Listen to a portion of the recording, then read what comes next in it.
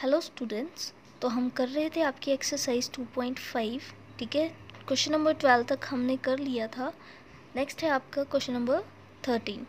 सो question number 13 है, if x plus y plus z is equal to 0 show that x cube plus y cube plus z cube is equal to 3 into x into y into z. ठीक है, तो अब आपको यहाँ पे given है कि अगर x plus y plus z की वैल्यू 0 के बराबर हो जाती है तो x का क्यूब प्लस वाई का क्यूब और z का क्यूब, ठीक है, इनका सम किसके बराबर होगा? 3 into x into y into z. ये आपने प्रूफ करना है।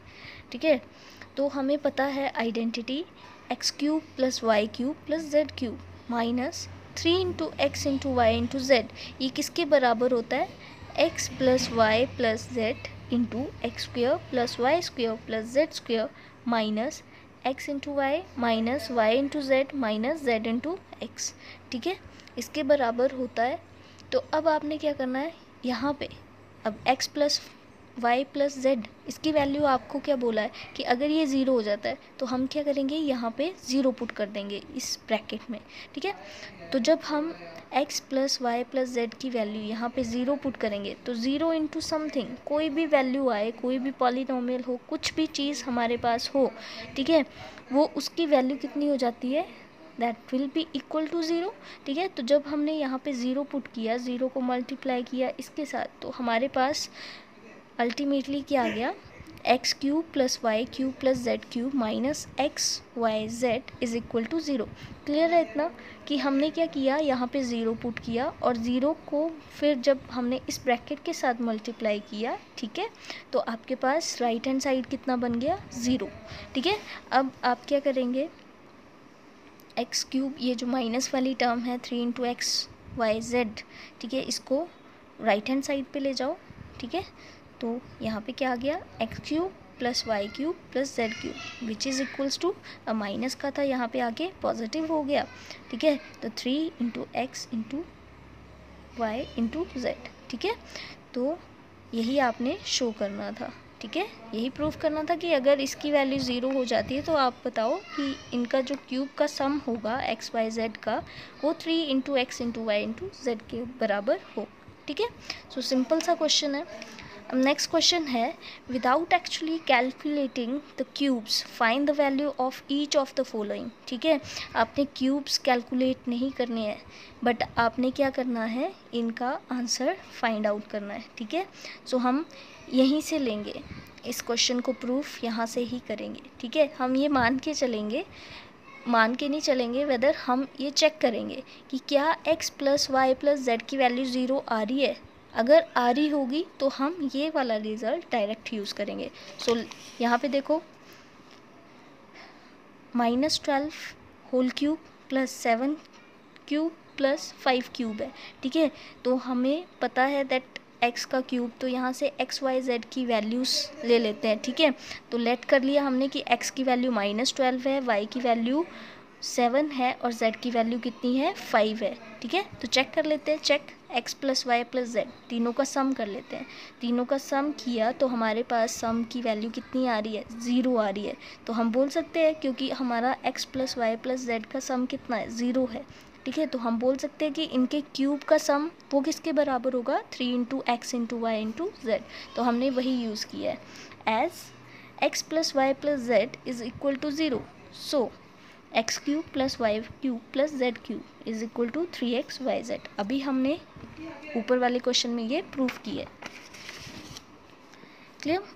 सो हमने क्या किया, यहाँ पे एक्स वाई जेड की वैल्यूज़ पुट कर दी। ठीक है, तो x की जगह आ गया आपके पास -12 इंटू 7 इंटू 5।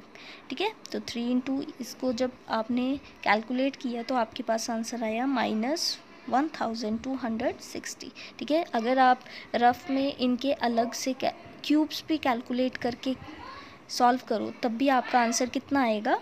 इतना ही आएगा। ठीक है, अब नेक्स्ट है आपके पास सेम इसी तरह का क्वेश्चन है। आपने जस्ट पहले चेक करना है कि क्या x plus y plus z की वैल्यू जो है वो ज़ीरो आ रही है। अगर आ रही होगी तो आपने क्या करना है, यही वाला रिज़ल्ट इसी तरह से यूज़ करना है और आंसर निकालना है। ठीक है, सो नेक्स्ट है question number 15, give possible expression for the length and breadth of each of the following rectangles in which their areas are given.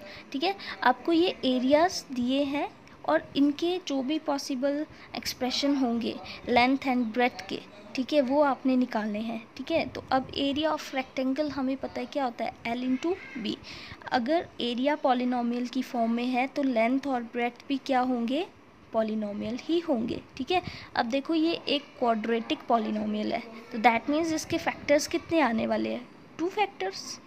ठीक है, और वो 2 फैक्टर क्या होंगे, आइदर लेंथ और ब्रेथ। ठीक है, दोनों, एक को भी लेंथ मान लो, दूसरे को ब्रेथ मान लो। ठीक है, तो बेसिकली आपको निकालना क्या है यहाँ पे, factor of this given polynomial. ठीक है, तो देखो कैसे करेंगे solve. As area is in the form of quadratic equation, therefore the factors of this equation will be the required lengths and breadths। ठीक है, तो यही हमने लिखा है कि एरिया जो है क्वाड्रेटिक इक्वेशन की फॉर्म में है, तो जो फैक्टर्स होंगे इस इक्वेशन के वो क्या होंगे, उनके रिक्वायर्ड जो भी हमें लेंथ और ब्रेड्थ चाहिए। ठीक है, तो हम यहाँ पे इसके फैक्टर्स निकाल लेते हैं। अब फैक्टर हमने निकाले थे कौन से, ठीक है, क्वाड्रेटिक के हमें पता है कैसे निकालते हैं factors, mid term splitting method से। ठीक है, आइदर ऐसे निकाल लो या फिर दूसरी भी वे है। ठीक है, दूसरा वे कौन सा है, आप आइडेंटिटी का यूज़ कर लो।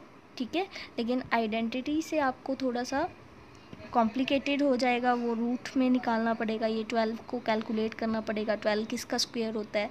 ठीक है, तो 2 इंटू रूट 3, ठीक है, इसका स्क्वायर, तो यहाँ पे रूट वाली टर्म इन्वॉल्व हो रही है, तो हम प्रेफर करेंगे मिड टर्म स्प्लिटिंग मेथड। ठीक है, तो मिड टर्म को स्प्लिट कर दो। ठीक है, तो 35 को स्प्लिट किया हमने, तो that will B -20a -15a। आपको मेथड पता होगा, हमने 2.4 में बहुत डिटेल में ये मेथड किया है।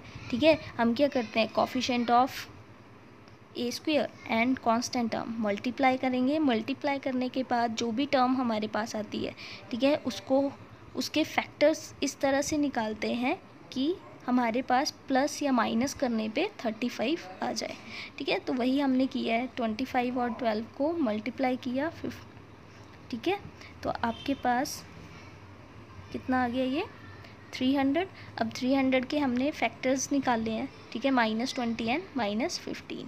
ठीक है, तो जब हम इन दोनों को ऐड करेंगे तो आपके पास -35 बन जाएगा। ठीक है, अब कॉमन ले लेंगे। अब देखो यहाँ पे 5 5 ज़ा 25 एंड a स्क्वायर, और यहाँ पे 5 4 ज़ा, ठीक है, 20 एंड a। ठीक है, तो यहाँ पे मतलब 5a जो है कॉमन आ रहा है, तो 5a हमने यहाँ से कॉमन निकाल लिया। ठीक है, अब बचा आपके पास 5a माइनस यहाँ पे बचा 4a। क्लियर, और इसी तरह से दूसरी ब्रैकेट में देखो 3 5 ज़ा 15 इंटू a प्लस 4 3 ज़ा 12। ठीक है, या 3 4 ज़ा 12, तो 3 यहाँ पे माइनस का कॉमन आ रहा है, तो हमने यहाँ पे कॉमन ले लिया -3। ठीक है, तो आपके पास ब्रैकेट में बचा 5a और यहाँ पे बचा माइनस। अब यहाँ पे प्लस था, माइनस आपने कॉमन ले लिया है। ठीक है, तो माइनस इंटू माइनस प्लस होता है। ठीक है, तो यहाँ पे बच गया माइनस एंड 4। ठीक है, अब 5a -4 कॉमन आ रहा है, दोनों में कॉमन ले लिया। ठीक है, और आपके पास बचा 5a -3। तो 2 फैक्टर्स आ गए गिवन क्वाड्रेटिक इक्वेशन के। ठीक है, गिवन एरिया के 2 फैक्टर कौन कौन से, 5a -3 एंड 5a -4। क्लियर, तो लेंथ आ गई आपके पास, ठीक है, 5a -3 एंड ब्रेड्थ आ गई आपके पास 5a -4। Clear, so next question भी सेम इसी तरह से आप करेंगे। ठीक है, होमवर्क। ठीक है, यहाँ पे भी आपको सिमिलर यही क्वाड्रेटिक इक्वेशन दी है और आपने प्लस या माइनस करना है इसको, और मिड टर्म स्प्लिटिंग मेथड का यूज़ करके इसके आपने 2 फैक्टर्स निकालने हैं। क्लियर, सो ये आप खुद सॉल्व करेंगे। अब नेक्स्ट लास्ट क्वेश्चन है आपका ये। ठीक है, what are the possible expressions for the dimensions of cuboids whose volumes are given below। ठीक है, तो आपको यहाँ पे वॉल्यूम दिया है, ठीक है, क्वाड्रेटिक की फॉर्म में है, तो आपने यहाँ से क्या निकालना है, इनके लेंथ, ब्रेड्थ एंड जो भी डायमेंशंस होती हैं क्यूबॉइड की। अब क्यूबॉइड का वॉल्यूम हमें पता है, length into breadth into height, ठीक है। तो 3 आपके पास डायमेंशन होती है क्यूबॉइड की, तो ये तीनों डायमेंशंस आपको सॉल्व करनी है। तो सिंपल सा क्वेश्चन है ये। तो volume of cuboid is equal to length into breadth into height होता है। तो वी हैव वॉल्यूम कितना दिया है 3x² माइनस 12x, ठीक है। तो यहाँ पे देखो x दोनों में कॉमन आ रहा है और 3 और यहाँ पे भी 3 4, ठीक है। तो यहाँ से हम क्या करेंगे, कॉमन ले लेंगे 3x को, ठीक है। आपके पास यहाँ पे बचेगा x और यहाँ पे -4, ठीक है। अब देखो 3 अलग से लिख लिया, 3 इंटू एक्स -4, तो ये 3 फैक्टर्स आ गए, ठीक है, which represent the given dimensions of the cuboid, ठीक है। The possible dimensions of the cuboid are 3x and x -4, ठीक है।